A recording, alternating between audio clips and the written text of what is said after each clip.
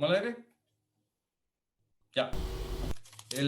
Bueno, bienvenido a los visionados de este viernes 6 de noviembre. El día de hoy tenemos el agrado de contar con la presencia de Sebastián Astroza Tagle. Sebastián es académico de la Universidad de Concepción. Él tiene el grado de doctor en Ingeniería Civil de la Universidad de Texas, Austin, en Estados Unidos, y es ingeniero civil de transporte y magíster también de la Universidad de Chile.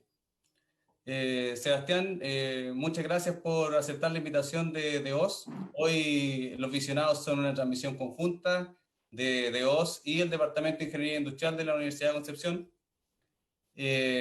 Así que te dejamos para que nos des tu presentación sobre el sistema de transporte bueno, lo que haces tú en tu investigación. Sí, gracias Rodrigo, gracias Sixto por la invitación. Súper contento de esta oportunidad. Se da la casualidad también, bueno, ya Rodrigo lo dijo, de que mi tema de investigación es transporte, movilidad, es a lo que me dedico, pero también se da digamos, no sé si tanto coincidencia, pero de que me gusta mucho el cine. Entonces, la invitación que recibí de Sixto y Rodrigo fue tratar de involucrar un poco eso en la presentación. Elegí una película para recomendar, que fue El otro día, de Ignacio Agüero. Y no solo esa película, sino que varias más van a aparecer durante la presentación. Y espero que les guste y que al final quizás podamos armar una discusión. De todas maneras, Rodrigo, cuando tú quieras me puedes ir interrumpiendo. Pero quizás para el final dejar las preguntas sería espectacular, porque traté de armar como una narración al respecto de las ideas que quiero, más que nada, poner en la mesa para la discusión. Sí, mira, Seba, con respecto a eso, nosotros dejamos que en realidad sea decisión del expositor. Entonces, si tú estimas que la narración es mejor que la hagas tú, ¿no es cierto? Y que sobre el final se genere la discusión, así lo vamos a hacer. Claro. Sí, preferiría sí. Ahora, de todas maneras, si siente que necesidad de interrumpirme, lo pueden hacer. Bien. Voy a compartir mi pantalla. Eh, ya, creo que ahí la estoy compartiendo, ¿cierto? No te escucho, Rodrigo, porque Sí, estás muteado. ahí se ve bien. Sí. Ya, perfecto. Voy a cerrar esta de aquí. Ya, primero quiero decir, bueno, ya me presentaron, saben quién soy. Quiero decir de que lo que voy a presentar hoy día no es parte del trabajo que muestro, no es solo hecho por mí, sino que soy parte de o centros de investigación como el Instituto de Sistemas Complejos de Ingeniería o el Centro de Desarrollo Urbano Sustentable. Y lo que presento aquí digamos, es un trabajo conjunto. ¿Ya? Yo no tengo, son tantos investigadores e investigadoras que están involucrados en este trabajo que no tengo quizás el tiempo de nombrarlos a todos, pero desde ya los invito a meterse a easy.cl o a cdeo.cl y ver las miles de iniciativas que tenemos respecto no solo a movilidad, sino con muchos otros temas durante la pandemia. ¿Ya? Y bueno, movilidad urbana y pandemia, empecemos. Bueno, ya no les voy a explicar lo que es la pandemia, ya todos la estamos viviendo, todos la estamos sufriendo quizás. Y cuando empezó esto de la pandemia, yo por lo menos esperaba, y quizás influenciado por las imágenes que venían llegando desde China, desde Europa, esperaba ver quizás una ciudad, una foto de Santiago, una de las intersecciones con mayor afluencia de gente que hay en el país. Esperaba ver una cosa de este estilo, digamos, muy poca gente, casi nadie en las calles. ¿Por qué? Porque sabíamos que este virus mortal andaba en las calles, podía contagiarse por la cercanía de las personas. Y esperaba quizás ver una cosa así, pero la verdad es que después de unos meses, quizás hasta después de unas semanas, desde que se llega fuerte la pandemia en Chile, lo que se ve o lo que yo veía en las calles, en las pocas veces que tuve que salir, era algo más parecido a esto, ¿ya? Que si bien esta foto fue tomada antes de la pandemia, era lo que se ve en la calle o lo que yo veía en la calle, era algo de este estilo, quizás con personas con mascarillas, pero una afluencia de público que igual de todas maneras era significativa, ¿ya? Entonces ahí chocamos como en esto de que lo que uno esperaba con lo que es la realidad es simplemente mi percepción del tema, ¿ya? Pero la verdad es que yo soy investigador, tengo estos equipos los que tratamos de hacer investigación, y obviamente no bastaba con la percepción de una persona o la percepción de un grupo de personas, había que ponerle número a esto, ¿ya? Y ahí nace una iniciativa que es en conjunta del Instituto Sistemas Complejos de Ingeniería, ISI y Entel, en que tratamos de describir la movilidad de las personas a lo largo de todo Chile, su movilidad durante la pandemia, ¿ya? ¿Y cómo hacemos eso? Nosotros usamos datos del uso de infraestructura de telecomunicaciones que tienen las personas, es decir, de parte del, digamos, tenemos información acerca de cómo se mueven los celulares a lo largo de la ciudad, a lo largo del año, ¿ya? Lo tenemos información por cada día y cada semana. Lo tenemos a un nivel de zona censal, que es agregada, lo que quiere decir que nosotros no somos capaces de identificar a la persona que se está moviendo. Vemos como grupos de personas que se están moviendo en datos que son totalmente anónimos, que no hay manera de que nosotros llegásemos a saber quién es la persona que se mueve. Y vemos, tratamos de detectar dónde vive la persona, que lo hacemos tratando de ver en qué zona censal se encuentra la persona durante la noche, o periodo de pernoctación, que le llamamos, y tratamos de ver durante el día, en un horario más o menos laboral, digamos media mañana y media tarde, tratamos de ver en qué zona se encuentra la persona, ¿ya? Y si la persona se encuentra en una zona que no es la de su hogar, nosotros asumimos que esa persona salió, ¿ya? Eh, lo que hicimos fue definirnos un periodo base, que es el que consideramos, entre comillas, como normalidad, que va a ser que es las primeras 2 semanas de marzo. ¿Por qué? Porque el 15 de marzo, 15-16 de marzo, el gobierno decreta de que la pandemia entra a una fase en Chile que los casos ya no son trazables y se crean y se hacen medidas concretas, como por ejemplo el cierre de los establecimientos educacionales, ¿ya? Entonces, todo lo que pasa en el año del 1 de marzo al 15 de marzo es lo que nosotros consideramos como normalidad. Y lo que les voy a mostrar ahora es la disminución de la movilidad teniendo como referencia ese periodo base. Por ejemplo, acá le estoy mostrando un gráfico de cómo se redujo la movilidad, entendiendo movilidad como salir de la casa, ¿ya? A lo largo de los meses en las que nosotros llamamos comunas centrales del Gran Concepción. Ya estoy mostrando Hualpén, Talcahuano, San Pedro, Concepción y Chihuayante. Y se puede ver, por ejemplo, de que se cierran los establecimientos educacionales y hay una baja en la movilidad que es como un 38% en algunas comunas, 35% por ahí, respecto al periodo base. Lo que quiere decir, si uno lo mira desde el otro punto de vista, es que considerando una semana normal, sin pandemia, el movimiento que se vio durante la pandemia, un 60% de las personas se siguieron moviendo igual, más o menos. Eso es lo que dice luego del cierre de establecimiento educacional. Luego se implantan medidas que tratan de confinar a las personas, tratan de disminuir la movilidad, como cordones sanitarios, cuarentena en algunas comunas, se mantiene esa disminución. Luego se empiezan a levantar esas medidas y la movilidad empieza a subir y subir y subir, se mantiene alta por unos meses, empiezan a haber medidas de nuevo. Este gráfico quizás lo corté un poquito antes para que se pudieran distinguir los movimientos, pero les puedo seguir contando la historia.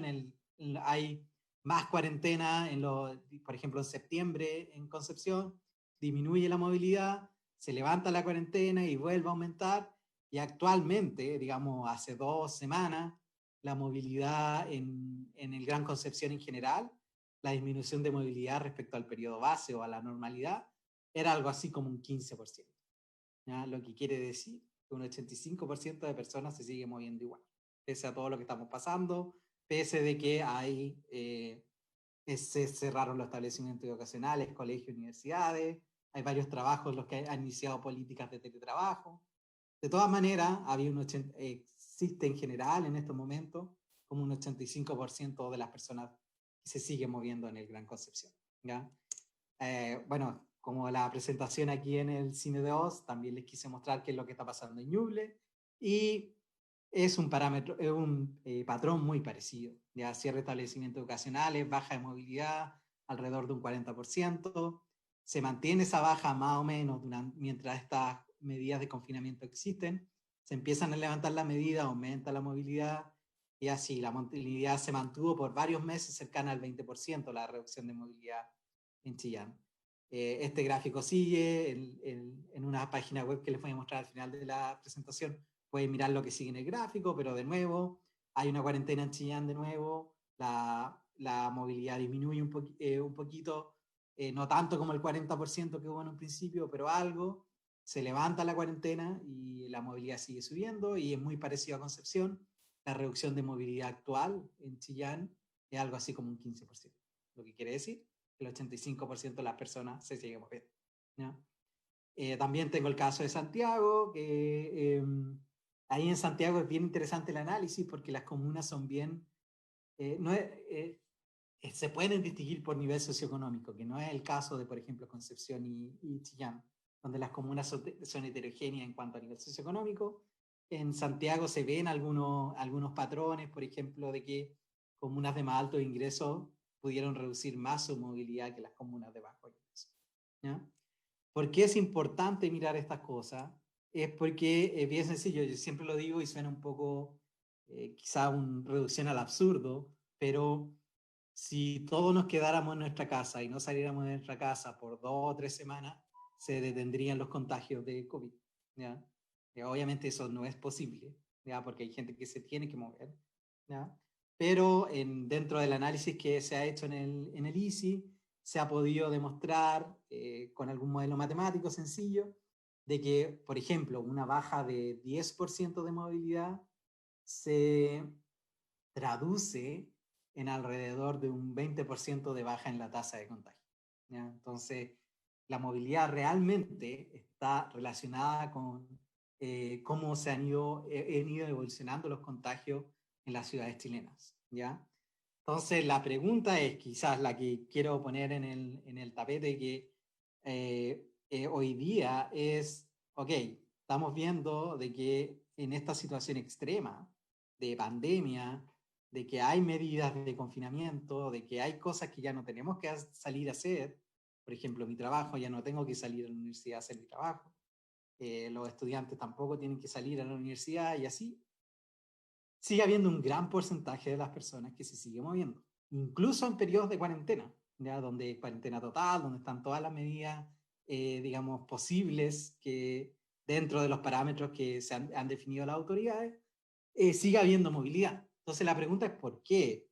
Y con nuestros datos nosotros no podemos responder a esa pregunta. Como les decía, solamente tengo movimientos agregados de teléfono, no sé quiénes son, ni nada. Es muy difícil dar una respuesta a por qué la gente se está moviendo. La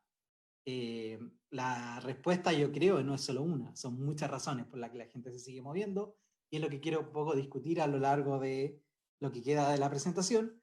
Pero aquí mismo es cuando quiero ver un poco la mirada que uno podría tomar prestada del cine para responder esta pregunta, ¿ya? Y primero quise traerlo, obvio, cuando yo empecé a buscar películas que me pudiesen ayudar a responder esta pregunta de movilidad urbana, o de la persona y la ciudad y cómo se mueve en la ciudad. Lo primero a uno que se le viene a la mente son estas típicas películas que un poco describen las ciudades, ya como las que no le pregunté a Sixto si lo podía nombrar, pero el cancelado Woody Allen tiene varias películas que incluso tienen los nombres de las ciudades en el título, que trata de mostrar a estos personajes moviéndose por la ciudad. No solo Woody Allen, otras personas también han filmado películas que tratan de retratar ciudades. Otro gran ejemplo está la trilogía Before de Linklater, donde tiene a estos dos personajes principales moviéndose por las distintas ciudades. Está muy parecido a lo que hizo Sofía Coppola en Lost in Translation. Y por último, destaco una que se la recomiendo mucho, que es Paddington 2, que para mí es una de las mejores secuelas que existen. Es como el Padrino 2 de las películas de ositos, Paddington 2. es también que muestra, y quizás más honestamente que las otras que están acá, es una película que dice, mira, yo te voy a mostrar de la ciudad los que los gringos llaman los landmarks, ¿ya? Las atracciones de cada ciudad. Y cuando uno piensa en cine y ciudad, lo primero que se le viene a la mente son estas películas que no, desde el punto de vista de lo que quiero hablar en esta presentación, quizás no es lo mejor. ¿Ya? Es simplemente, por así decirlo, turistas, aunque la mayoría de estos personajes no lo son, turistas viendo las atracciones de cierta ciudad, moviéndose por ahí, y eso es lo que uno en primera instancia entiende como lo que el cine nos está diciendo de las ciudades. ¿Ya? Pero yo quiero ir a otro tipo de películas que van más allá y que nos podrían ayudar a responder la pregunta que estaba haciendo en un principio. Y para eso traje este clip de una película que se llama Rosetta, es una película belga de los hermanos Dardenne, que no sé no sé si muchas personas o pocas personas después me comentarán, han visto esta película, ¿ya? Pero es bien conocida, de hecho ganó el Festival de Cannes en el 99, digamos, muy, muy reconocida. Y cuando yo vi esta película hace muchos años, pensé enseguida de que esta película podría mostrar lo que realmente es la relación entre una persona y su ciudad, ¿ya? Este es el trailer que pusieron los gringos, lo voy a hacer eh, correr. Este es el trailer que tiene una voz de At this un year's gringo vendiendo de Cannes la Film película y qué Festival, sé yo. a Pero simple Rosetta story, es so una touching, mujer so joven que true, vive en alguna ciudad de so Bélgica que yo raw, no reconozco, so ¿ya? real. Y ella lo que Won the hace hearts durante of toda la judges película es tratar and de the Palme conseguir d'Or trabajo, for Best ¿ya? Picture. Ella tiene algunos como trabajos, digamos, informales por ahí, y This trata de fall, conseguir un trabajo que October le permita Films subsistir, proudly ¿ya? presents Y la película te muestra a Rosetta Annie a todo el Decaine, momento winner moviéndose por of la the ciudad, award for Best tratando Actress. de conseguir esto, lo que ella le A llama what una vida Janet normal, Maslin que es of the New conseguir este York trabajo, Times has hailed ¿ya? as Y a si han puesto atención a profound las and imágenes que muestra beautifully este tráiler, realized film. quizás nos muestra todo From Luc lo and que es. Jean-Pierre Daudet, En the esta película, acclaimed los diferentes filmmakers of espacios de la ciudad Lacourneuve. tienen un significado, ¿ya? Están súper delimitados, el espacio donde vive Rosetta está súper desagregado, segregado, disculpen. Ella tiene que cruzar una autopista para llegar a su casa. No solo cruza una autopista, sino que cruza un bosque. Y Rosetta. luego del bosque tiene que ir a unas caravanas de donde ella vive. Y de cierta manera los diferentes espacios de la ciudad tienen simbolismo en la película. Algunos son espacios de combate, porque toda esta película está filmada como si fuera una película de guerra, ¿ya? Que es bien llamativo eso también, pero es otro tema, ¿ya? Sobre este como soldado que es Rosetta, que está tratando de sobrevivir.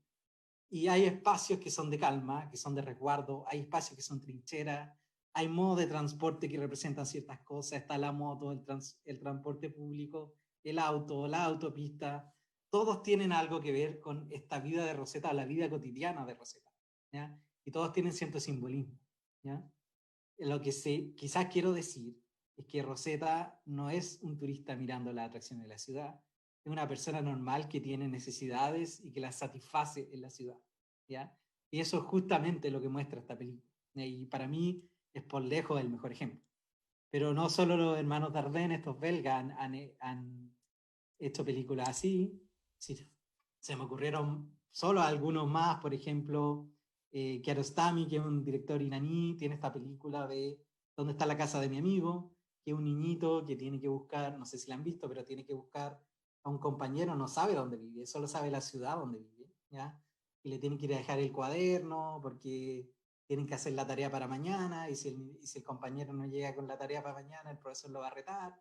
Entonces él se embarca en este viaje de explorar esta ciudad, ¿ya? Tratando de encontrar a su amigo que no sabe dónde vive. Y en esa exploración también tiene mucho de este cine topológico, que yo le llamo, que es de los hermanos Dardenne, de interactuar con la ciudad, con los habitantes de la ciudad, los significados de las diferentes cosas, de las diferentes escaleras, los diferentes cerros, las diferentes calles, todas esas cosas está dentro del cine de Kiarostami.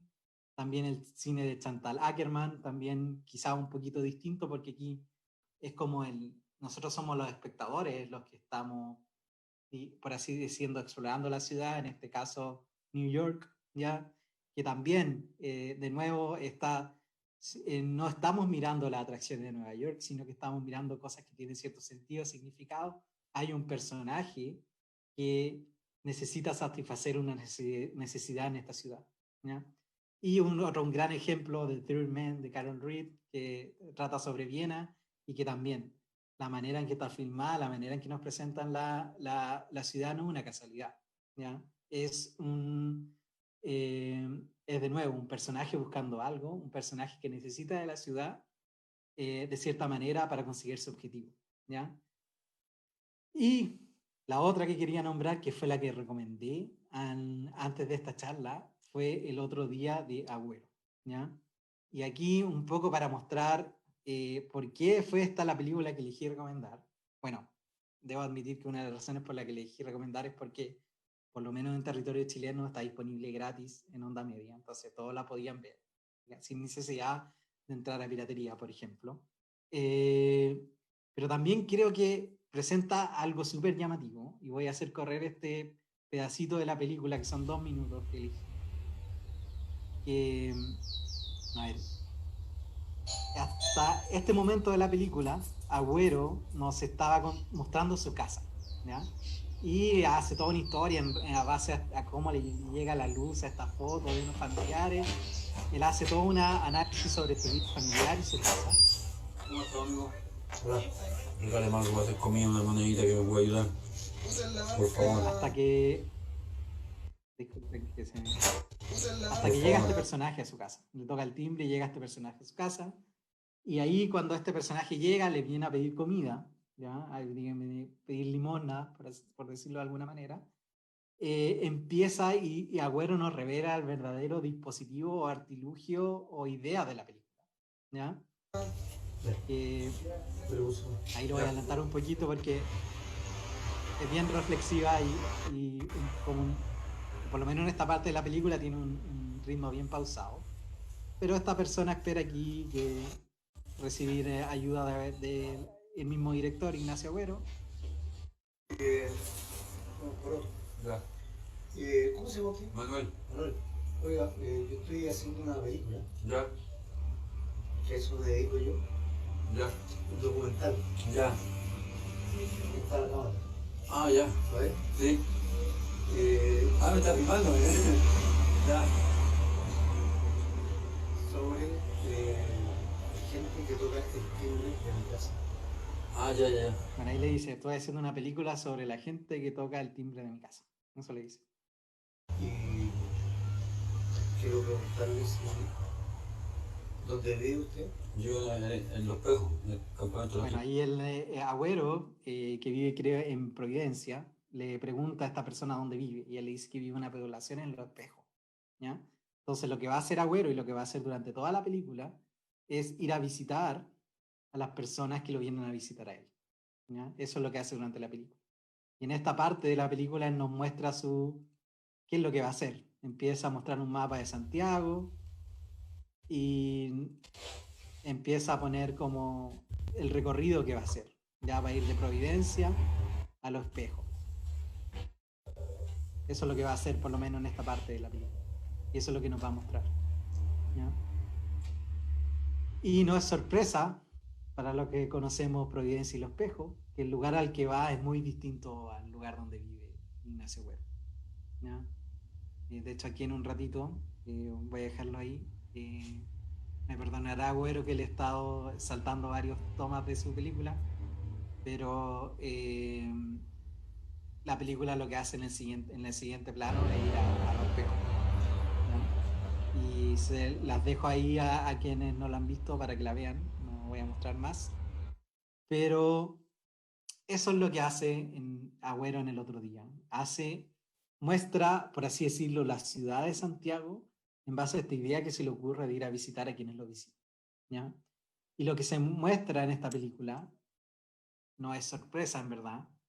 Se muestra de que, por lo menos en la ciudad de Santiago, hay como dos ciudades. Ya hay una ciudad, estamos pensando antes de la pandemia, y quizá o durante la pandemia todavía sigue, no hemos hecho quizá el análisis en concreto, pero tenemos una ciudad donde hay un grupo socioeconómico que vive en ciertos lugares, en la mañana se levanta y va a ciertas comunas en específico que son de otro nivel socioeconómico. Este gráfico que ven acá son los flujos que hay de viaje en la hora punta de la mañana en Santiago, según los datos de la encuesta de origen según datos de movimiento de uso de Transantiago. Estos son viajes en Transantiago, creo que son del año 2012, según recuerdo bien, están por nivel socioeconómico y se ve claramente que hay un montón de comunas que en la mañana viajan a Providencia, Las Condes.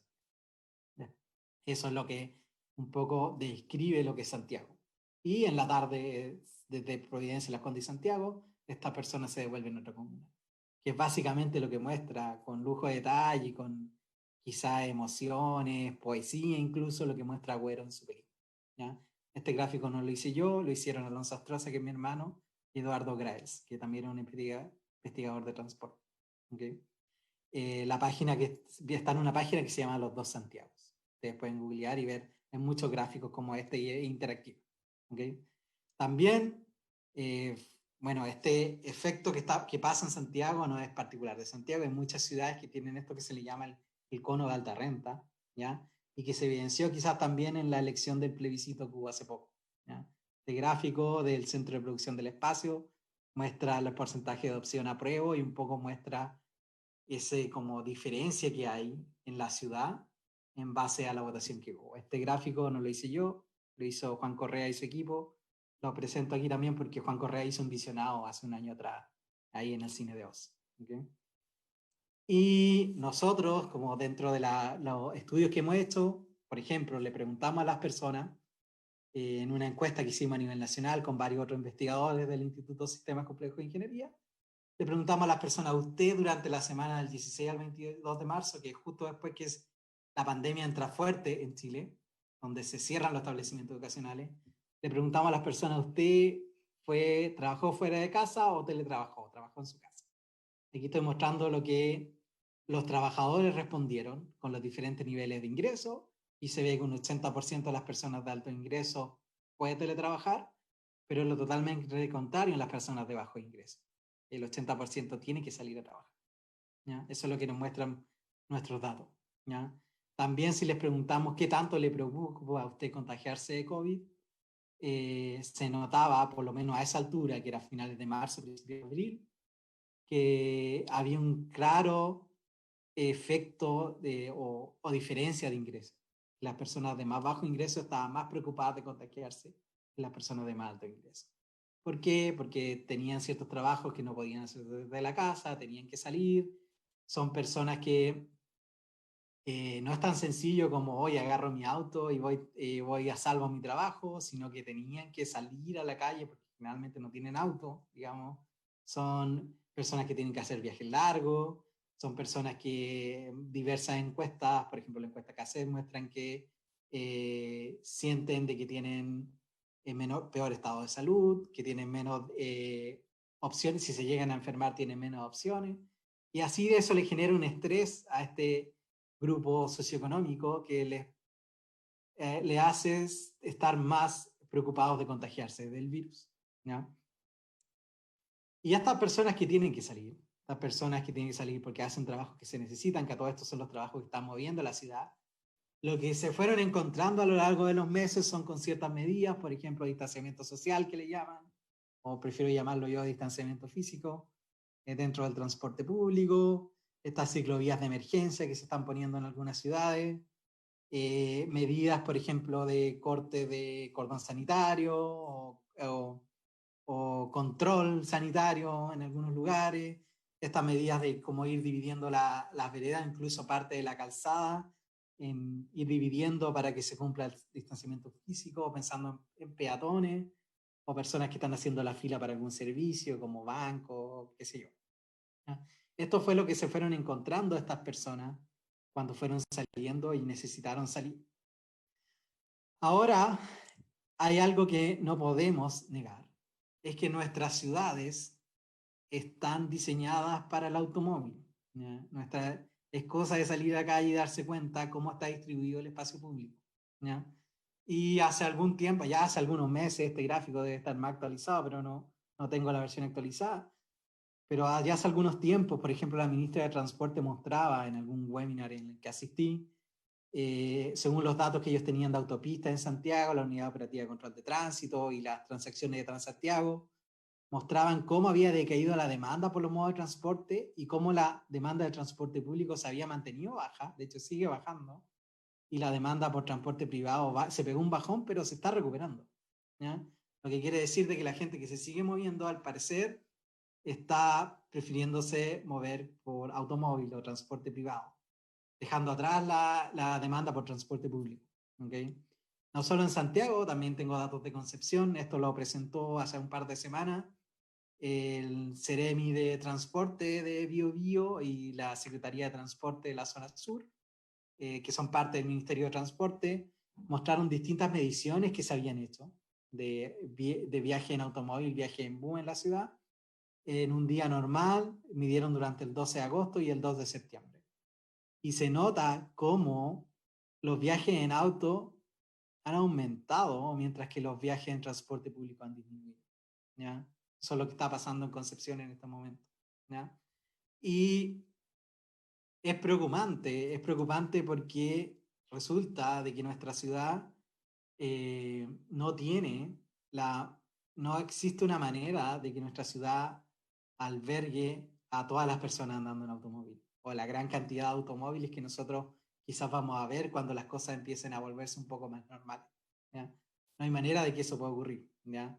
Y es por eso de que se han hecho varias políticas, algunos dirán insuficientes, otros quizás suficientes, respecto a fomentar el uso del transporte público o otros modos de transporte, por ejemplo, modo de transporte no motorizado, ¿ya?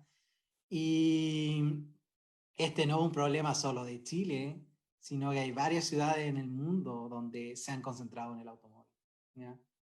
Por ejemplo, por nombrar una película, si uno ve La La Land, que la película trata sobre Los Ángeles, la película parte mostrándote un taco gigante en una autopista urbana en Los Ángeles, como de cierta manera el director te está diciendo, mira, esto es lo que describe mi ciudad, esto es lo que describe la ciudad donde van a pasar las cosas, ¿ya?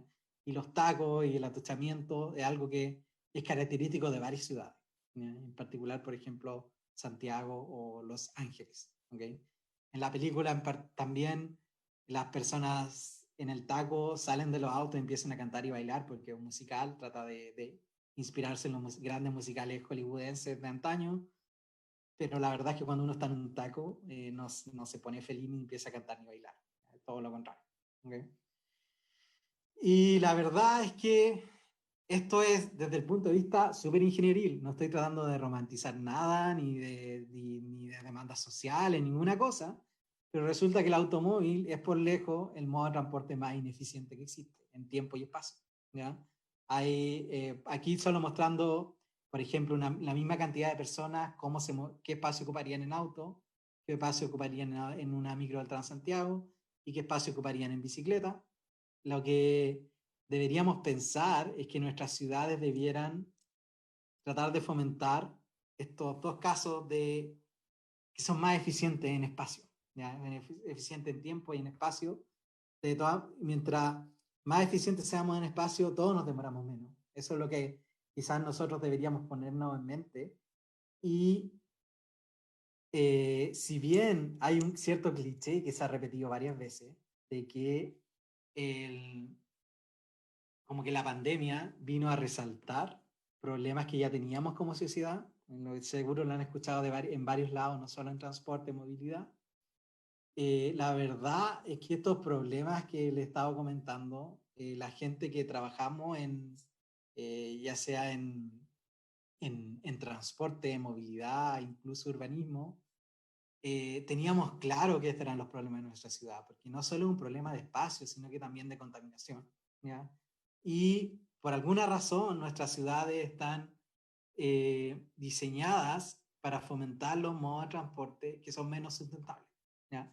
Y no solo dentro de la ciudad, sino como en movimientos entre ciudades también se ocupan los medios que son menos sustentables posibles, ¿ya? Por eso traje esta foto de acá de Greta Thunberg, que encuentro que es un gran ejemplo, porque por alguna razón, no voy a entrar en la discusión de por qué, la verdad creo que a mí no me corresponde porque soy ignorante en el tema, pero por alguna razón ella nos recuerda de algo que tenemos que tener en mente, que es que incluso tiene nivel de urgencia, igual como lo tiene la pandemia, ¿ya? Y lo recuerda y mueve a las nuevas generaciones, y por alguna razón las viejas generaciones incluso le tienen cierto resquemor o odio a esta figura, ¿ya? Y traje esta foto en particular porque también me recuerda no solo esto del calentamiento global que nos tenemos que preocupar, sino que también me recuerda a este personaje, ¿ya? Que tenía súper claro que se venía el fin del mundo, y no solo tenía, y bueno, tenía claro eso, pero también no era tan claro tampoco si él lo tenía que detener o si él lo había creado, ¿ya? Digamos, es un poco, yo siento que es lo que tenemos nosotros en este punto con el calentamiento global, ¿ya? Es algo que es, somos responsables, somos responsables de su inicio, pero también debiéramos ser de su término. Y lo que yo creo y lo que yo me imagino del futuro, en lo que estamos viviendo, y repito, esto tiene que ver con la pandemia, pero va más allá, incluso antes de la pandemia. Yo me imagino que vamos a terminar con un mundo de este estilo, como el de Mad Max, como que sin recursos naturales, peleándonos por lo poco que queda, y dominados por estas máquinas, digamos, que al parecer, por alguna razón, los humanos somos tan dependientes de. ¿Ya? Ese es como, de cierta manera, el futuro que yo imagino. Y si bien esto nace de la pandemia, lo que quiero quizás tratar de transmitir es que está súper relacionado con lo del calentamiento global. ¿Okay?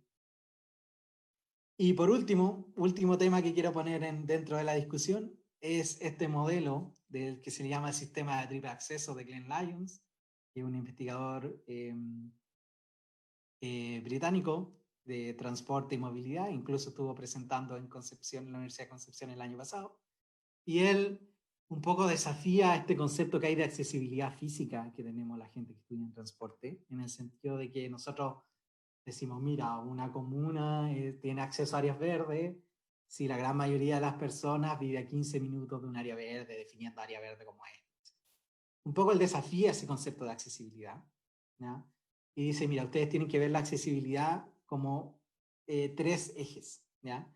Que es proximidad espacial, que vendría siendo como, de cierta manera, ver la ciudad como personas que tienen necesidades, que tienen una vida cotidiana en la ciudad, que puede estar cercana a otra.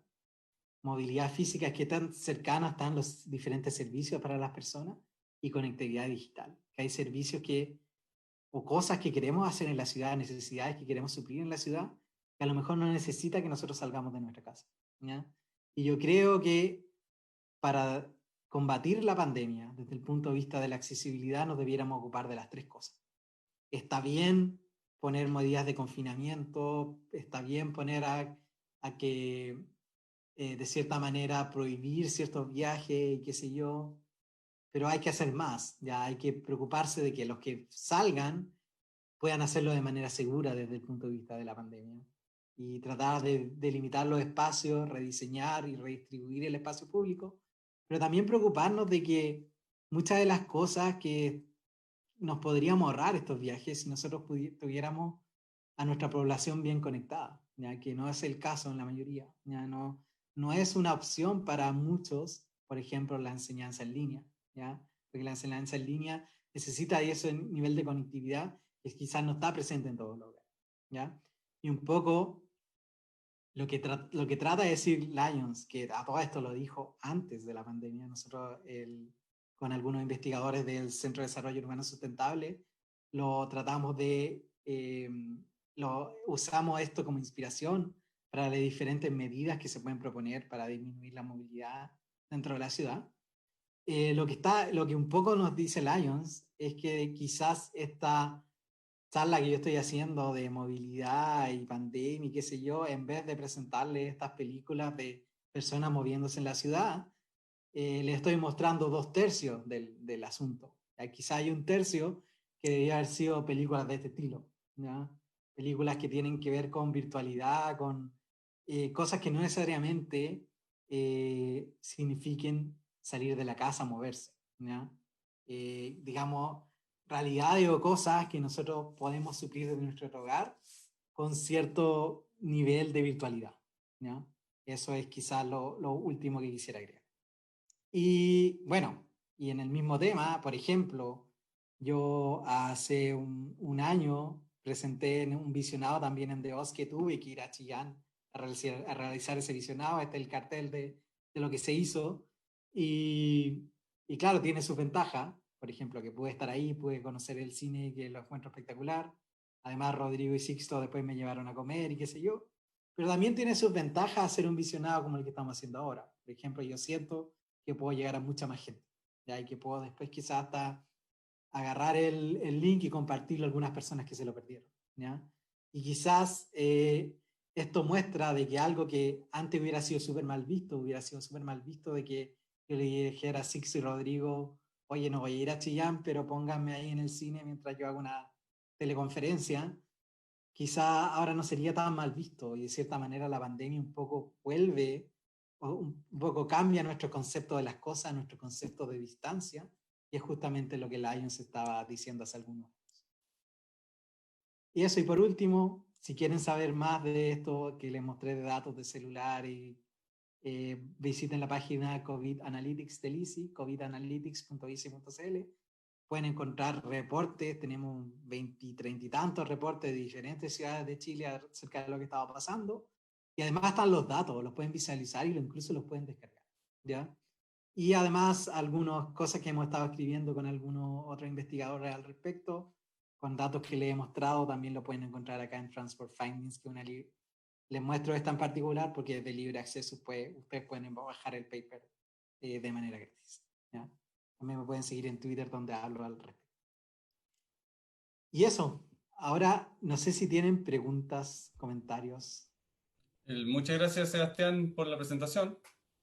Y ahora dejamos a todas las personas que están asistiendo, aficionados, abiertos los micrófonos para que puedan interactuar con Sebastián.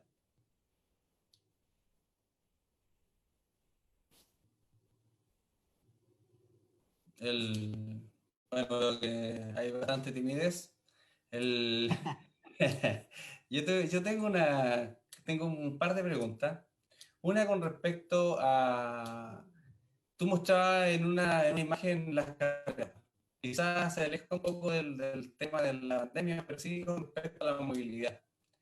Y ¿cuál es el rol dentro de esta idea, ¿no es cierto?, de que ojalá todas las personas tuviéramos un sentido, un fin en común de minimizar nuestros tiempos de desplazamiento dentro de una ciudad, y para lo cual tú recomiendas que se utilice transporte público, pero en sí se construyen carreteras, ¿no es cierto?, que bypassean gran parte de las dificultades de este desplazamiento, ¿no es cierto?, para zonas en general relativamente privilegiadas, y que también sirven como verdaderas barreras que separan lo rico de lo pobre. No solo en Chile, sino que en Estados Unidos yo me imagino que en todas las grandes urbes del mundo ocurre algo muy parecido.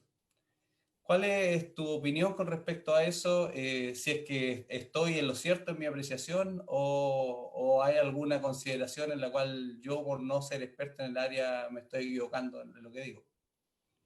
No, yo creo que tiene razón. Ahora también a eso yo le sumo de que existe como una diferencia entre el discurso y las acciones de las diferentes autoridades. Por ejemplo, que se habla de que Chile y Santiago en particular tienen un plan de desarrollo sustentable y de que vamos con la movilidad sustentable y cambiemos la imagen de Transantiago, ahora se llama Red, y pongamos ciclovías y qué sé yo. Pero resulta que por otro lado se invierte en autopista urbana y se invierte mucho más dinero en eso en, que en la otra cosa que están diciendo que supuestamente es el objetivo, ¿ya? Entonces sí, tienes razón, la autopista urbana genera a fin de cuentas mayores tiempos de viaje. Eso lo muestra la evidencia, tanto teórica, digamos, lo muestran modelos teóricos como evidencia empírica. Si bien el poner, por ejemplo, una autopista urbana genera disminuciones en tiempos de viaje en un principio, a largo plazo aumenta los tiempos de viaje. ¿Por qué? Porque existe un fenómeno de demanda inducida que se le llama, que personas que quizás antes no andaban en auto o no viajaban en ciertos tiempos, en ciertos horarios, se dan cuenta, mira, aquí tengo una autopista nueva, que está supuestamente como es nueva, más grande, está más vacía, entonces voy a usar mi auto y voy a andar en auto, y eso hace que haya más demanda por el uso de automóvil, y eso hace que a fin de cuentas todos se terminen demorando más. Hay grandes ejemplos, por ejemplo, mencionaste Estados Unidos entrando a Houston, la autopista de Katy Freeway, los gringos se gastaron, no me acuerdo cuántos millones de dólares, pero infinito, 46 millones de dólares, qué sé yo, en aumentarse los tiempos de viaje en 15 minutos. Ese nivel de salieron para atrás los tejanos. Y así como en Estados Unidos, ha también pasado en Asia y probablemente también pase en Santiago cuando sigamos mirando los datos de lo que va a pasar en los próximos años. Ahora, Sebastián, ¿cuál es tu opinión con respecto a esos tres ejes que tú nombraste al final? No recuerdo el nombre del autor del diagrama que mostraba al final. Lions. Tú decías que en el diagrama de Lions habían tres ejes, ¿no es cierto? Y dos de ellos en realidad era como lo que se estaba tratando hoy en día, pero hay un tercio que quedó como en el aire, que era en tu presentación, que era esta conectividad digital. ¿Cómo crees tú que, yo sé que tampoco eres experto en el área, pero en realidad, al menos en Chile, ocurrió un poco que toda esta carretera digital estaba hecha como como las carreteras de los años 70 en Chile, que eran de tierra y piedra en muchos lugares, y se pilló con este gran flujo de vehículos que vino post pandemia por el uso de todos estos sistemas digitales, y en realidad como que en cierta manera en muchos lugares no dio el ancho, y hasta el día de hoy todavía no lo da. Entonces, ¿cómo crees tú que esto se tiene desde un punto de vista de política pública? Capaz que tú tampoco tengas como la expertise, pero tu mejor tiro con respecto a cómo esto se debería abordar desde el punto de vista de mejorar esas redes y vincularlas con los sistemas de transporte. Sí, o sea, lo que un poco trataba de decir es de que una manera de disminuir la movilidad es, digamos, quitando las razones por las que gente se mueve, quitándole la necesidad de moverse. Una manera de hacer eso es quizás acercar los servicios a la gente. Y los puede acercar de manera física, poniendo, por ejemplo, en cada barrio, por ejemplo, algún lugar que las personas necesiten para abastecerse. Hemos hecho análisis, por ejemplo, en Concepción, en Chillán, los distintos barrios, qué accesibilidad tienen a farmacia, a alimentos, a los diferentes servicios de salud, por ejemplo. Y nos hemos dado cuenta que hay ciertos barrios que están aislados, que no tienen acceso. Entonces, una manera de llevarles acceso es llevar los servicios a los diferentes barrios. Digamos, tiene sus dificultades, pero una respuesta que uno podría dar más o menos simple es esa. Pero uno podría llegar más allá y quitar la necesidad de salir, ¿ya? Agregando servicios que sean en línea, ¿ya? Que se ha tratado de hacer durante la pandemia. Diferentes trámites y cosas que no podíamos hacer en línea, ahora las podemos hacer en línea también. Y quizá ir por ese lado, ir aumentando ese número de servicios que podemos hacer en línea. Pero, lo que dije en la presentación, es de que eso sirve para quienes tienen acceso a Internet, ¿ya? Y hay gran parte que no tiene. Entonces, en ese sentido, yo, digamos, hacía ese llamado al aumento digamos, del acceso a Internet para poder tener acceso a estos servicios, ¿ya? Siempre que digo, no es primera vez que menciono esto, uno piensa que es obvio, digamos, decir, aumentemos el acceso a Internet en el país de alguna manera, que yo ahí debo ser sincero, desconozco la manera de hacerlo, ¿ya? Pero yo creo que hay que decirlo y y la respuesta que siempre recibo es que sí, pero eso se va a demorar un montón y estamos en la urgencia y qué sé yo, pero resulta que hemos estado en la urgencia ¿cuántos meses ya? Digamos, y yo sinceramente creo que vamos a seguir en la urgencia varios meses más. Entonces ese era el sentido que un poco le quería dar cuando lo mencioné en la presentación. Ya, bueno, abro las preguntas a los asistentes al visionado. Veo que Claudio Ávila ahí al parecer quiere hacer una pregunta. Claudio. Hola, hola. No, quería seguir comentando lo que él estaba diciendo justo ahora. Es que lo que pasa es que no es que la autoridad se decida hacer las cosas. Lo que pasa más allá, yo lo veo por el lugar donde vivo, siempre detrás de eso hay lo que llaman aquí un business case. O sea, tiene que haber un negocio atrás para que la cuestión se haga. O sea, por ejemplo, yo me acuerdo ahí en Concepción, entre Concepción y Chillán, cuando construyeron la autopista Litata, había un negocio detrás, pues. No fue para mejorar a lo mejor la comunicación, a lo mejor entre los estudiantes que se movían entre Concepción y Chillán. No, pues había un tráfico grande de camiones que iba por Florida y necesitaban hacerlo. Entonces, al final ahí el gobierno hizo la inversión y de alguna forma con un cálculo detrás. Entonces, cuando pasa, por ejemplo, eso en Santiago, cuando construyen, no sé, pues unas tremendas autopistas que nunca las vamos a ver en Chillán, o nunca las vamos, o a lo mejor van a estar en Conce, pero no van a estar en el resto de las ciudades, es por eso, porque hay un negocio detrás, pues hay un requerimiento de transporte, y no solo de materias primas, de transporte de trabajadores, que le convienen a ciertas partes Entonces, hay un negocio que de alguna forma genera esta necesidad y ahí se construyen. Pero ¿qué pasa? Que cuando tú estás ahí, la gente común y corriente, todos querríamos, por ejemplo, a lo mejor ciclovías, ¿vale? Por ejemplo, una cuestión que yo creo que en Chile, puta, es fome que no se haga, pero, por ejemplo, simplemente senderos para salir a caminar. No hay, pues no hay. Si tú salís a caminar, por ejemplo, te encontrás con, no sé, pues, puras avenidas, cosas así, pero no, la ciudad como que no está hecha para eso. Lo mismo, la ciclovía ahora a lo mejor es una cuestión que se está poniendo de moda y cada vez está mejor y qué bueno, pero te fijas que si no tiene como un negocio fuerte detrás, la autoridad no lo hace porque o no tiene recursos y siempre depende del otro. Ya, y eso por un lado. Y por otro lado, lo del triángulo, lo que ustedes estaban hablando igual. Aquí, por ejemplo, donde vivo yo, se hace así, también hay un negocio detrás, ¿vale? Pero la cosa es que si tú dibujas bien el negocio, de alguna forma ese negocio le puede convenir a todos. Yo, por ejemplo, vivo aquí en un lugar que está lleno de edificios, entonces todos vivimos en departamentos que son chiquititos. Entonces yo en Chile cuando te digo hoy vivo en un departamento que tiene 18 metros cuadrados, me dicen, oye, pero la cuestión es que es como estar encerradísimo. Ya, pero por ejemplo aquí dentro del departamento yo no tengo nada, simplemente la habitación y nada, pero está lleno de restaurantes por alrededor, está lleno de gimnasios, supermercados como son edificios, por los alrededores hay un montón de áreas verdes, ¿vale? Entonces, ¿qué pasa? Que construyeron el negocio, sí es un negocio porque mira, hay un montón de gente que tiene trabajo en estos supermercados, en estos gimnasios, te fijáis que al final eh, aquí ya, por ejemplo, casi que no se depende de la autoridad esperando a que haga esa obra, sino que de alguna forma la misma sociedad, pero empujada por el capitalismo quizá, lo ha hecho.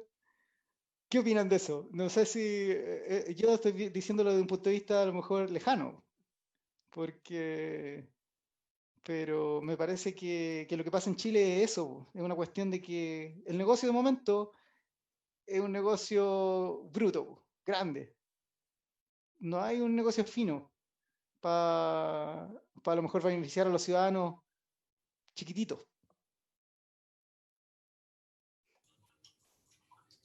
Bueno, Sebastián, me imagino que la pregunta iba para ti.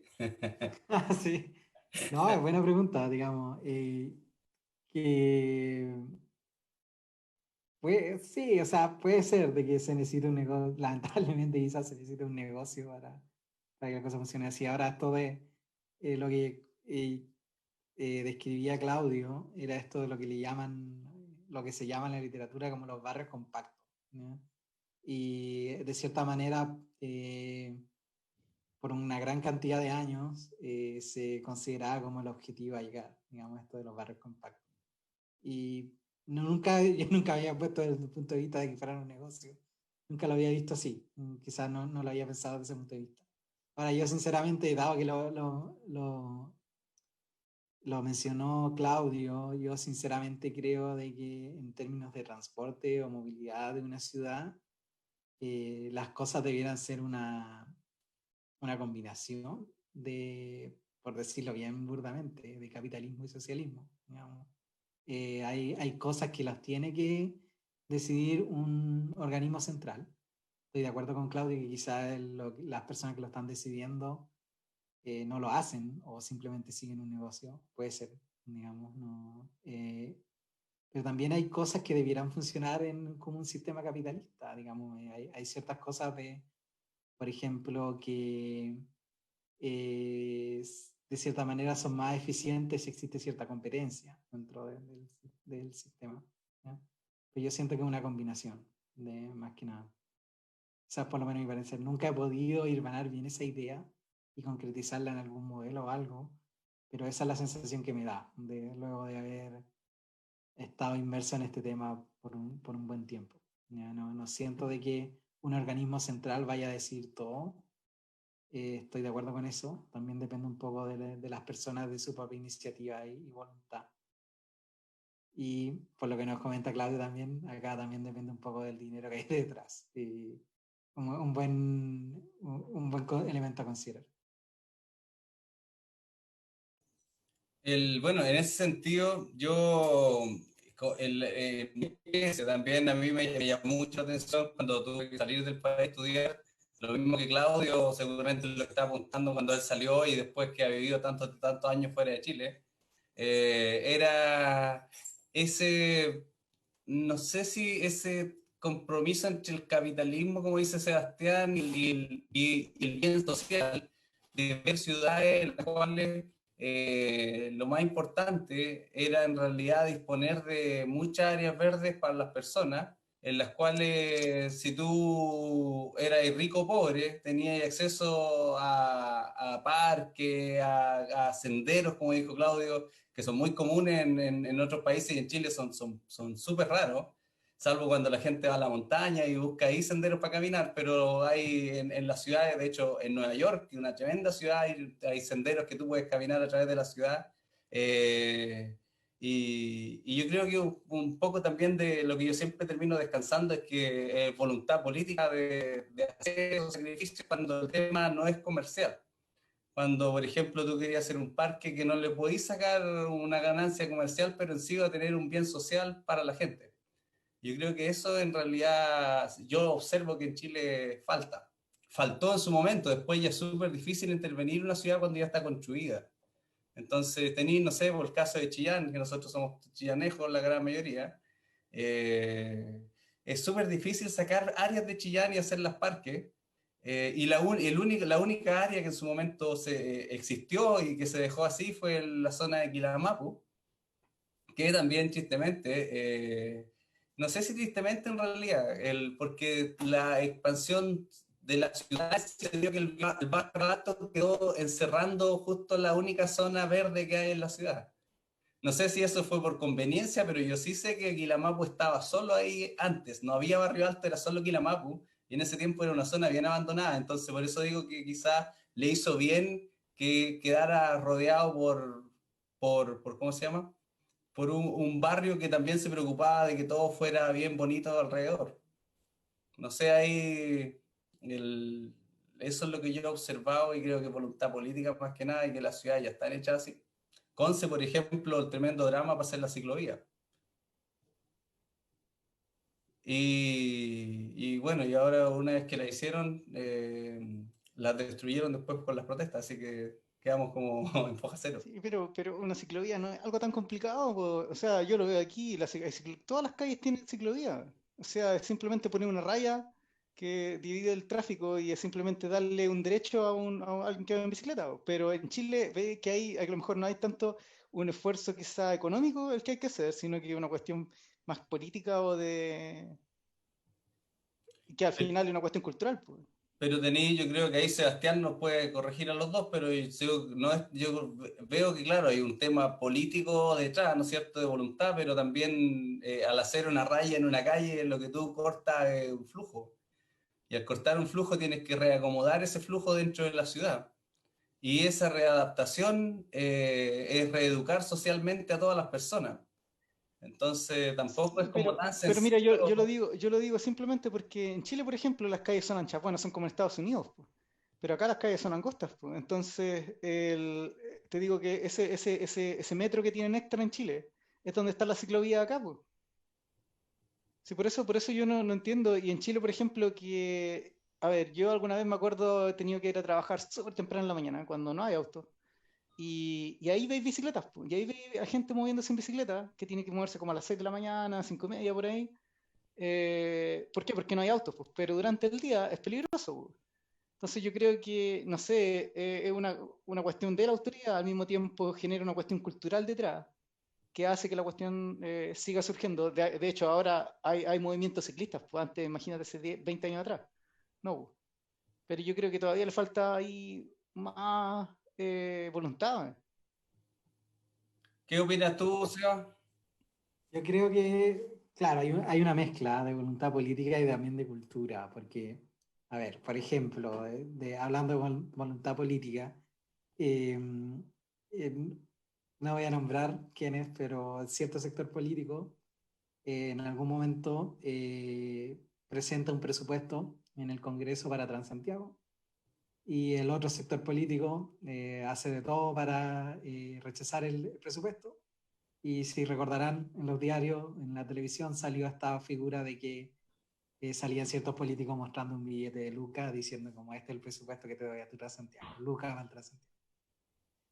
Años después, misma situación, pero los colores políticos están invertidos. El otro sector político, el que busca presupuesto para Transantiago y lo lleva a Congreso, y el otro sector político le hace lo mismo, lo rechaza y sale mostrando un billete de Lucas, aquí está tu Lucas para Transantiago. Y eso quizás muestra que el tema ya tiene cierta voluntad política, es cierto problema político de que tenemos que de alguna manera manejar. ¿ya? Pero también, si uno piensa, por ejemplo, hace poco, de hecho, cuando hice el visionado en Chillán, justo había salido la ley de convivencia vial. De hecho, esa fue la razón por la que elegí ese tema para hablarlo ahí en DOS. Y salió la ley de convivencia vial, que a mi parecer, por lo menos en el papel, tenía varias cosas buenas, ¿ya? Pero resulta que en el momento de implementarla o de fiscalizarla, se malinterpretó totalmente. Se le exigía, por ejemplo, se veía como a los ciclistas como que se le exigían diferentes cosas, como se les detenía incluso, cuando resulta que el espíritu de esa ley era darle espacio a otros modos que estaban, darle espacio desde el punto de vista como de regla o de reglamento o de conducta a modos que estaban desplazados. ¿ya? Y, por ejemplo, en la televisión o en la prensa o incluso conversando con personas, eh, se decía, no, y la nueva ley de convivencia vial obliga a los ciclistas mayores de 14 años a bajarse de la vereda y andar por la calle, digamos, andar. Y eso era como emblema de saquemos a los ciclistas de la vereda y qué sé yo, y bla, bla, bla. Es cierto, eso decía la ley, pero resulta que antes de la ley no permitía a los menores de 14 años andar en la vereda. Y se podría haber visto desde el punto de vista positivo, de que a los niños se les va a permitir ir en la vereda en vez de verlo desde el punto negativo, de que a los mayores se les bajó de la vereda. Entonces todo ese tipo de malinterpretaciones, por alguna razón que a mí no se me ocurre más que cultural, no creo que haya alguien a ese nivel moviendo los hilos detrás para que la prensa diga cosas y qué sé yo. Yo creo que fue desde el punto de vista cultural, de alguna manera, de que esa ley de convivencia vial todavía está en evaluación si qué efecto tuvo o no, pero al parecer fracasó, digamos. Y eso quizá hubo ahí voluntad política de hacer algo y de alguna manera no permeó en la ciudadanía. Yo creo que ahí la respuesta ahí es cultural. ¿ya? Y es cierto también lo que dice Claudio, en estos momentos vivimos en ciudades que son hechas para el automóvil. En estos momentos darle espacio a otro modo de transporte significa quitarle espacio al automóvil. ¿no? Lo que yo firmemente creo es que hay que hacerlo, ¿no? Pero también se interpreta así. ¿no? Digamos, yo siento que es recuperar el espacio. Recuperar el espacio que el automóvil nunca debió haber tenido. Esa es la verdad, pero también alguien podría argumentarlo como que se le está quitando un espacio a un derecho adquirido, por así de alguna manera.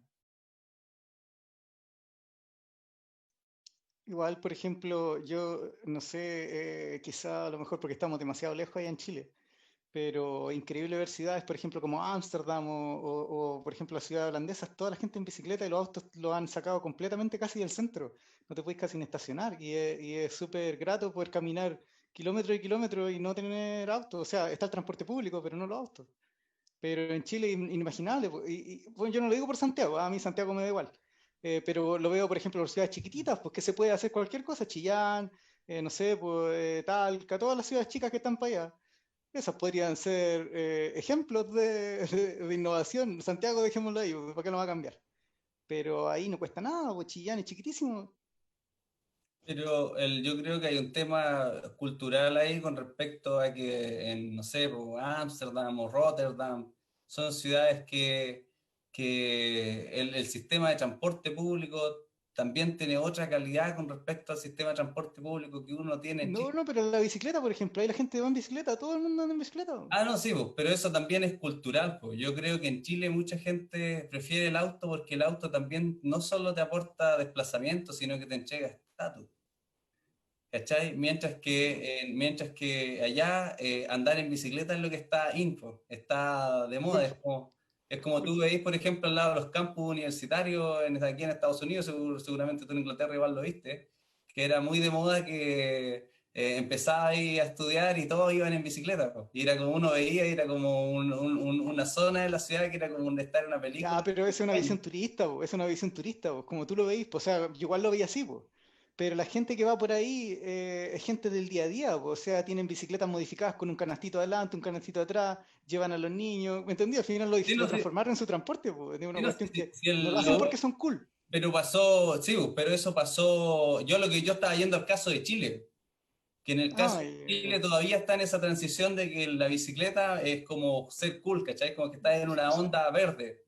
Mientras que sí, yo también lo vi en Ámsterdam, que en realidad todos andan en bicicleta. Pero también trae otros problemas aparejados, pues. Trae bastante contaminación urbana y hay hartos artículos que se han escrito sobre eso, más ahora que están todos estos sistemas de transporte de bicicletas eléctricas, inteligentes, que se quedan parados en un lugar, e incluso hay unas que hasta se van solas hasta los lugares que tienen que esperar por nuevos pasajeros, o nuevos requests más que pasajeros. No sé, Seba, tú qué nos puedes decir ahí Sí, con respecto. yo creo, estoy de acuerdo con Rodrigo en el sentido de que yo, por lo menos siento, de que en Chile una medida de éxito es tener auto, como que una persona exitosa tiene auto, tiene una casa, qué sé yo, y por alguna razón cultural. Pero yo firmemente creo de que en Ámsterdam la gente anda en bicicleta porque es lo más conveniente. Esa es la verdad. Y de alguna manera se hizo, la ciudad se empezó a cambiar, antes no era así, de tal manera que fuera así, y resultado la gente anda en bicicleta. Es así de simple, creo yo. Sí, al final es lo más conveniente, es lo que te va a llevar más rápido de A a B. Sí, eso es. Y también es bien llamativo porque invierno o verano da lo mismo. Sonte acá también está eso que si es invierno no podía andar en bicicleta, porque en invierno te mojáis. Mientras que en este lugar, sí, pues sí, como que la bicicleta es algo de primavera, verano. Sí, Otoño, pues, invierno ya tiene que quedar guardada porque no, pues eso no no, está en andar en bicicleta. imagínate andando en bicicleta con nieve, la bici se resbala toda y la gente vuelve a caer. Sí, bueno, como que monopolizamos la conversación. No sé si alguno de los demás asistentes que están acá, que veo varios, de hecho varios nombres que me suenan de alumnos, tiene algo que quiera preguntar o dar alguna opinión.